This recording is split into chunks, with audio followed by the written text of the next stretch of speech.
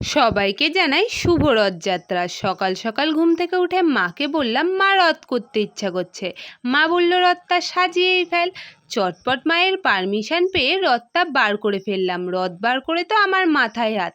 5-6 বছর হয়ে যাচ্ছে রথটা বার করা হয় না, এত পরিমাণে ময়লা পড়েছে বলার মতো না। চটপট রথটাকে সাবান শ্যাম্পু দিয়ে ভালো করে পরিষ্কার করে রোদে দিয়ে চলে গেলাম বাজারে রথ সাজানোর জিনিস কিনতে, আর রথের পুজোয় লাগবে যে জিনিসগুলো সেগুলো আনতে। ওগুলো এনে বসে গেলাম রথটা সাজাতে। জানো তো, এই রথটা আমাকে আমার দিদা কিনে দিয়েছিল। আর এই রথটা যখন কিনে দিইনি তখন আমরা হাতে বানিয়েই রথ চালাতাম। ছোটবেলার দিনগুলো কত মজার ছিল।